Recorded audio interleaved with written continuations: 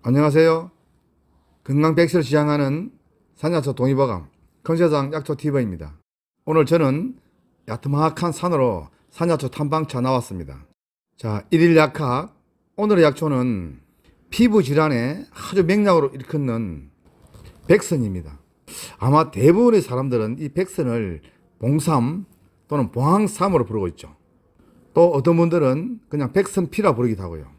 사실 정확한 식물 이름은 백선이고요. 한방에 쓰는 이 백선을 봉삼이라 부르고 또는 백선피라 부르기도 하죠. 자, 백선피라고 하는 것은 뿌리를 채취해 가지고 껍질을 벗겨서 약재로 써서 이 백선피라 부르고요. 제가 이게 산 꽃장을 따라서 쭉 올라가는데 언덕배기 옆에 보니까 이 백선이 이제 새순이 좀 많이 올라와서 아직 꽃은 안 피고 꽃머리가 거의 맺혀 있죠. 자, 이 꽃머리 모습 보시고요. 이 한번 잘 보십시오. 주로 4월 한 중순에서 5월 초순 이쯤 되면은 꽃이 이렇게 핍니다. 대부분이 이 백선은 약간 습도가 높은 토지 조금 비옥하고 이런 곳이 잘 자라고요. 예전에 좀 어두운 시절에 이 백선, 즉 봉삼을 채취해가지고 아주 고가에 술을 잡아 판매했다 이런 기록도 많이 있더라고요. 그리고 몇 년 전에 제가 모 대학교에서 산야초 강의를 할 때 제에게 강의 받은 몇 분들이 산에 가서 이 백선, 즉 봉삼을 많이 채취했다고 저한테 전화가 왔더라고요. 물론 그분들은 이 백선이 아주 귀한 약초로 보고 그날 산에 가서 완전 대박 났다고 저에게 전한 겁니다. 그런데 사실 이 백선 아마 남쪽 지방이 웬만한 산에 좀 음지에 가보면 많이 있습니다. 자, 이 백선의 약성은 성질은 차고 맛은 매우 쓰며 독은 조금 있습니다. 주 약재로 쓰는 부분은 뿌리를 쓰는데 뿌리를 쓰는 모든 식물들은 이렇게 지금처럼 잎이 시팔할 때 쓰는 건 아니고요. 늦 가을부터 이른 봄 사이, 즉 잎이 나오기 전에 그때 뿌리를 채취해 가지고 쓰는 거고요. 그것도 되도록이면 뿌리에 껍질 쓰는 것이 이것뿐이 아니라 다른 식물도 전부 다가 맞는 얘기입니다. 잘 모르시는 분은 사실 껍질도 벗겨버리고 내부 심을 가지고 쓰죠. 그러나 이 백선도 사실은 뿌리를 채취해가지고 내부의 심을 뽑아버리고 껍질을 가지고 약재 쓰는데 그러면 뿌리의 심은 뭐 독이 있어서 버리냐? 그건 아닙니다. 즉 뿌리의 껍질에 약효가 아주 풍부하고요. 심에는 약 성분이 거의 없다 보니 그냥 버리는 거죠. 제가 여러분들 보여드리려고 뿌리를 조금 채취했습니다. 한번 보십시오. 뿌리는 그렇게 굵진 않고 아마 웬만한 건 우리 볼펜 정도 두께 있죠. 이 정도 되는데 내부의 심은 전부 딱딱하고 아마 젓가락 정도 굵게 되죠. 그리고 지금처럼 잎이 나와 있을 때 아니면 여름에 채취해서 약으로 쓸 때는 지상부 잎하고 뿌리하고 함께 같이 써도 됩니다. 자, 이 뿌리 왜 백선을 봉삼 또는 봉황삼이라 부르냐 하면 여름에 뿌리 채취해 보면 중간에 원줄기에다가 그 다음에 가쪽에 보면은 아주 가라란 실뿌리 같은 게 굉장히 많이 달리죠. 그 모습이 봉황새를 닮았다 하여 봉삼으로 부르고요. 그리고 주로 이 봉삼은 내복약보다는 외용약으로 많이 쓰고 있습니다. 자, 제가 지난해 촬영해둔 꽃 한번 보실래요? 약간 분홍빛이 도는 흰 빛에 줄무늬가 좀 쭉쭉 있죠. 그리고 이 꽃 주변에 가보면 향기가 굉장히 강합니다. 키는 뭐 다 자라봐야 한 1m 이내이고요. 한방에서는 이 백선을 주로 통경, 즉 여성들의 생리를 잘 녹이게 하는 데 쓰고요.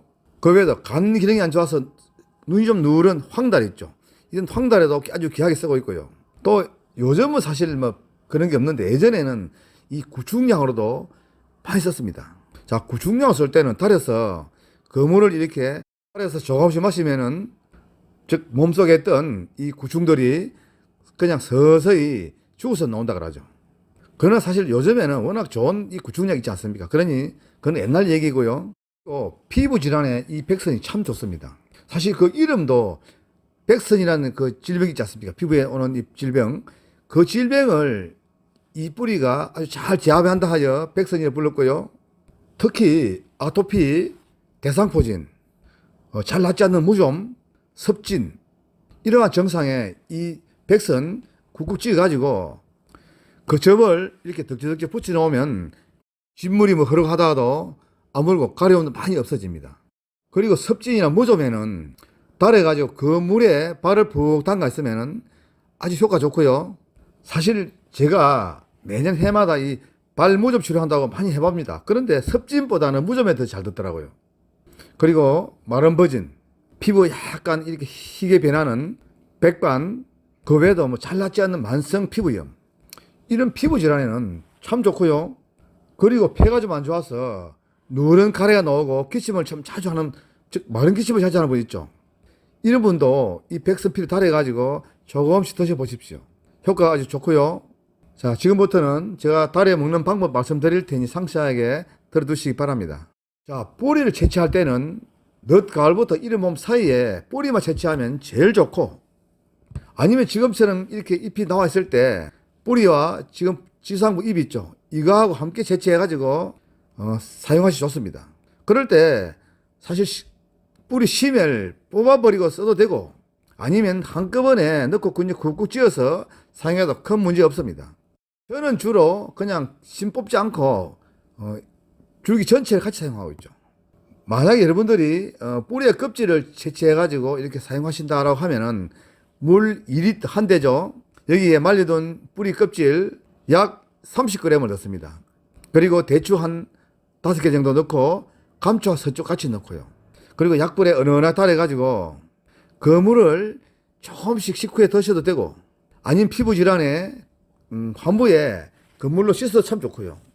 그리고 또 무좀 있는 분들은 그 물에 발을 푹 담가 두시고요. 그리고 예전에는 이 백선을 가지고 술을 담아서 아주 고가에도 뭐 팔았다고 하지만은 그건 사실 옛날 얘기고요. 저는 이 백선을 가지고 술 담지는 않습니다. 제가 예전에 이 백선을 가지고 술을 담아 보니까 도저히 못 먹겠더라고요. 맛도 매우 쓰고, 이 백선을 가지고 술을 담기는 하지만은 저는 권장드리지는 않습니다.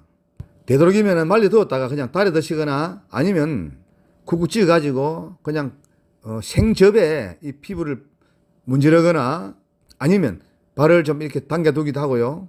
그렇게 사용하시니 가장 좋고요. 또 꼭 술을 담아야 되겠다 하시는 분들은 뿌리에 껍질만 벗기가 쓰면 더 좋고, 아니면 그냥 심채 아주 바짝 말려 두었다가 약술 담을 용기에 너무 많이 넣지 말고요, 한 30% 정도 넣으십시오. 그래 술은 20도 정도 되는 보통 소주 있죠, 이거 넘침방 붓고요. 그리고 꿀 있으면은 잡꿀, 소주 대병, 즉 1.8리터 한 병당 약 20g 정도를 넣습니다. 그 다음에 뚜껑 칵 닫아가지고 그늘진 곳에 한 3, 4개월 두었다가 완전히 걸러내고 그 술만 따로 보관하고 있다가 식후에 반주를 한 잔씩 꼭 드시거나, 아니면 그 술을 가지고 피부를 좀 씻고 하면은 종기 같은 게 잘 낫죠. 자, 오늘 제가 말씀드린 이 약초 뭐였죠? 백선입니다. 주로 보통 사람들은 그냥 봉삼 또는 봉황삼으로 많이 부른다. 제가 오늘 이 백선에 대해서 말씀드렸는데, 그래도 잘 모르시면은 제가 집필한 산야초 가정백과 글람바 510번에 가보면 이 백선 아주 상세하게 나와 있습니다. 또 제가 집필한 한국인의 약술에 들어가도 아주 귀한 술 담는 거 많이 나와 있고요. 그리고 이제 효소 많이 담는 책 따고 왔죠. 사실 효소 잘 못 넘는 분은 제가 집필한 발효와 생활, 빨간 책 보이죠 지금? 요거 여러분들이 한 번만 보시면 웬만한 분들은 효소 전문가 되고요. 자, 약초 전문 서적인 산야초 가정백과, 그리고 약술 전문 서적인 한국인의 약술, 그리고 효소 전문 서적인 발효와 생활, 이 세 권이면 여러분들 아마 가정 상비약으로 충분할 겁니다. 자, 저는 더 좋은 방송 만들어 내일 새벽 5시 반에 또 찾아뵙겠습니다.